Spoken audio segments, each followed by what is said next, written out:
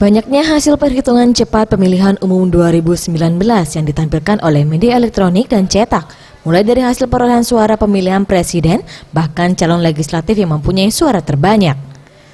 Menurut Sekretaris Dewan Kehormatan PWI Sumsel, Ruslan Ismail mengatakan, hal ini harus dicerna dengan baik oleh masyarakat dengan menunggu hasil perhitungan yang sebenarnya. Kode etik jurnalis harus digunakan untuk mengeluarkan tayangan yang bersifat berimbang, mulai dari pelaksanaan bahkan pelanggaran yang terjadi, semuanya harus ditayangkan secara akurat dan netral. Kita juga mematuhi kode etik wartawan Indonesia, yang mana layak atau tidak untuk kita siarkan, terutama menyangkut masalah pelanggaran pemilu.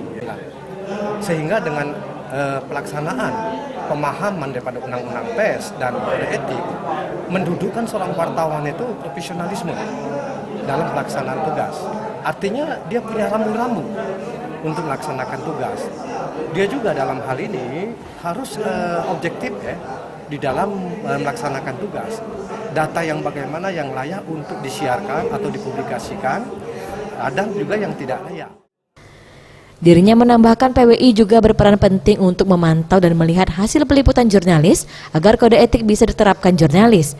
Sedangkan yang melanggar kode etik pastinya ada sanksi yang diberikan. Tim Liputan Sriwijaya TV.